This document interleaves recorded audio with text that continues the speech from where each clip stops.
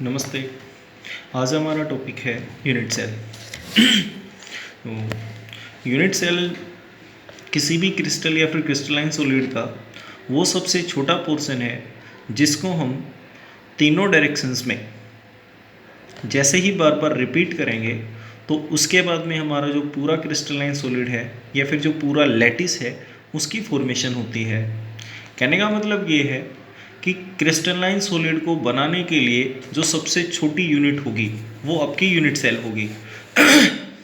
Without unit cell the crystalline solid can not be formed. इसको जैसे जैसे हम सभी डायरेक्शंस के अंदर तीनों डायमेंशंस में रिपीट करेंगे तो उसके बाद में क्रिस्टलाइन सॉलिड बनेगा। तो जैसे कि इसकी डेफिनेशन है the smallest portion of A crystal which when repeated in 3 dimensions form the entire lattice और क्रिस्टलाइन सॉलिड। उसके बाद में यूनिट सेल्स की क्या क्या कैरेक्टरिस्टिक्स होंगी, क्या क्या इसकी विशेषताएं होती हैं। सबसे पहली चीज़, किसी भी यूनिट सेल के अंदर 3 एस लेंथ होती हैं जिनको हम यूज़ करते हैं कॉन्स्टिट्यूएंट पार्टिकल्स को एक दूसरे के साथ में जोड़ने के लिए।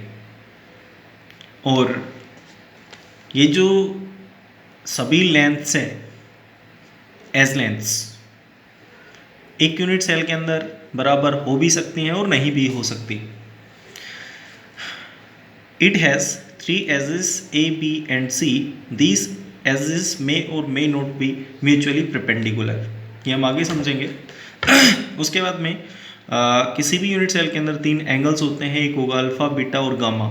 ये तीनों एंगल्स एडजस्ट करते हैं इन तीनों एस लेंथ के बीच में। तो यहाँ पर ये एक यूनिट सेल है, ठीक है। इस यूनिट सेल के अंदर इस कॉन्स्टिट्यूएंट पार्टिकल से इस कॉन्स्टिट्यूएंट पार्टिकल के बीच में जो ये लेंथ होगी इसको हम नाम देंगे A। यहाँ से लेकर यहाँ तक जो एस लेंथ है इसको बोलते हैं हम B। और यहाँ से लेकर यहाँ तक जो ये एस लेंथ है उसको हम नाम देते हैं C। उसके बाद में B और C के बीच में जो ये एंगल है इसको बोलते हैं हम अल्फ़ा। C और A के बीच में जो एंगल होगा इसको बोलेंगे हम बीटा। A और B के बीच में जो एंगल है उसको बोलते हैं हम गामा, ठीक है। और इन सभी एंगल्स को हम एक्सियल एंगल बोलते हैं। इन लेंथ्स को बोलते हैं हम एक्सियल लेंथ और एस लेंथ, ओके। अब यहाँ पर ये टोटल 6 हैं, 1 2 3 एस लेंथ है और 3 है आपके एक्सियल एंगल्स। तो इन सभी को हम बोलते हैं किसी भी यूनिट सेल के पैरामीटर्स। तो कहने का मतलब ये होगा कि एक यूनिट सेल के अंदर टोटल 6 पैरामीटर्स होते हैं। उसके बाद में टाइप्स ऑफ यूनिट सेल, मतलब यूनिट सेल के कितने टाइप होते हैं। यूनिट सेल मेनली 2 टाइप की होती है, एक होती है प्रिमिटिव यूनिट सेल और दूसरी होती है सेंटर्ड यूनिट सेल।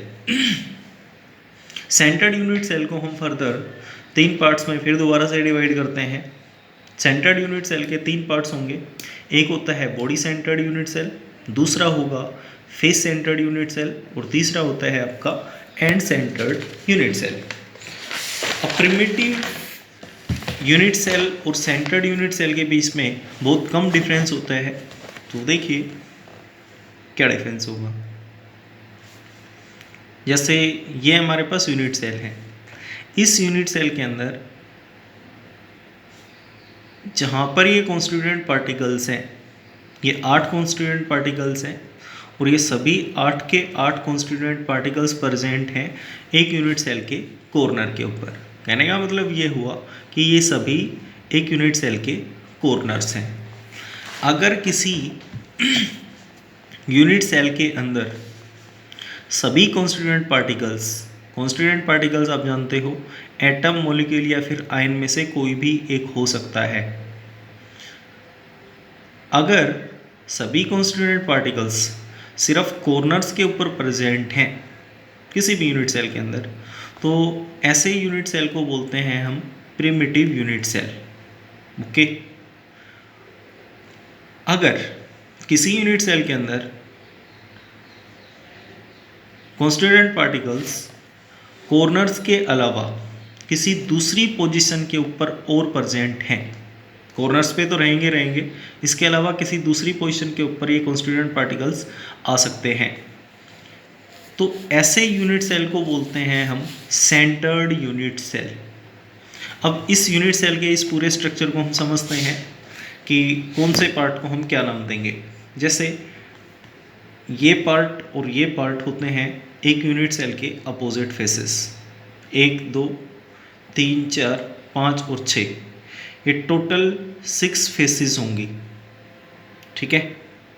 इसके अलावा ये फेस है और एकदम यहाँ पे जो ये वाला हिस्सा होगा इसको बोलते हैं हम बॉडी सेंटर, इसको बोलेंगे हम बॉडी सेंटर। ये होंगे फेसेस 1 2 3 4 5 और 6 फेसेस होंगे और एक होता है यहाँ पर बॉडी सेंटर। अब इसी के बेसिस पे हम किसी सेंटर्ड यूनिट सेल को कैटेगराइज करते हैं, इसकी डेफिनेशन होगी। तो यहाँ पर हम प्रिमिटिव यूनिट सेल की डेफिनेशन देखेंगे। The unit cell in which constituent particles are present only at the corners,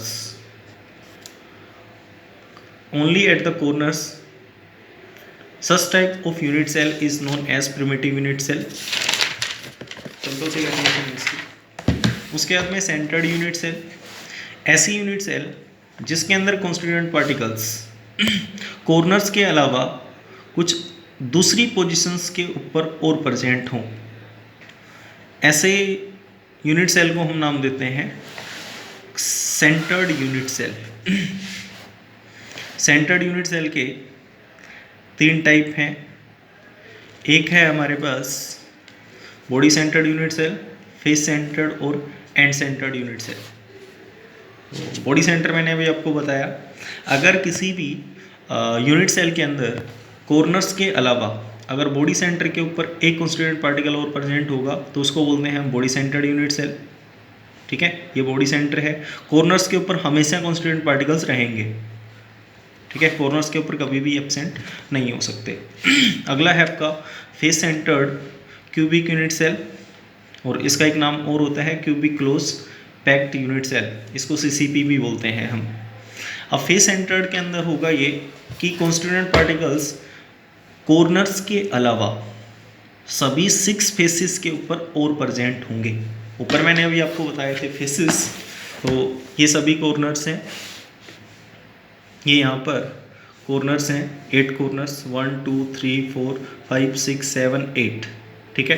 total 6 faces हैं, 1 2 3 4 5 एंड 6, ठीक है। तो ऐसे यूनिट सेल्स जिसके अंदर कॉर्नर के अलावा फेसेस के ऊपर कॉन्स्टेंट पार्टिकल्स और प्रेजेंट होंगे तो उसको बोलते हैं हम फेस सेंटर्ड। उसके बाद में है end centred unit cell. End centred unit cell वो यूनिट सेल है जिसके अंदर कॉन्स्टिट्यूएंट पार्टिकल्स कॉर्नर्स के साथ साथ किन्हीं भी 2 अपोजिट फेसेस के ऊपर और प्रेजेंट हों, तो ऐसे यूनिट सेल को बोलते हैं हम end centred unit cell. Opposite faces 2 हैं, एक ये वाला, ठीक है, ये और ये, दूसरा अपोजिट ये वाला होगा, ये एक दूसरे के अपोजिट नहीं है।